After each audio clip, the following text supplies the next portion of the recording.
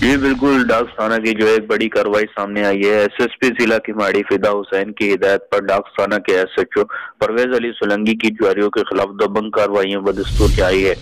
S H O Pervez علی سولنگی سے ہماری بات ہوئی، ان کا یہ کہنا تھا کہ مجھے اطلاع موصول ہوئی کہ ریلوے پٹری مچھر کالونی میں کچھ لوگ سنوکر پر جوا کھیل رہے ہیں۔ اطلاع موصول ہوتے ہی پرویز علی سولنگی نے پولیس پارٹی کے ہمراہ مچھر کالونی میں سنوکر پر چھاپا مار کر 6 ملزمان کو جوا کھیلتے ہوئے رنگے ہاتھوں گرفتار کر لیا، جبکہ ان کا ایک ساتھی بھاگنے میں کامیاب ہو گیا۔ گرفتار ملزمان سے جوئے میں لگائی گئی رقم اور دیگر قمار بازی کے آلات ڈاکس پولیس نے برآمد کر لیے ہیں۔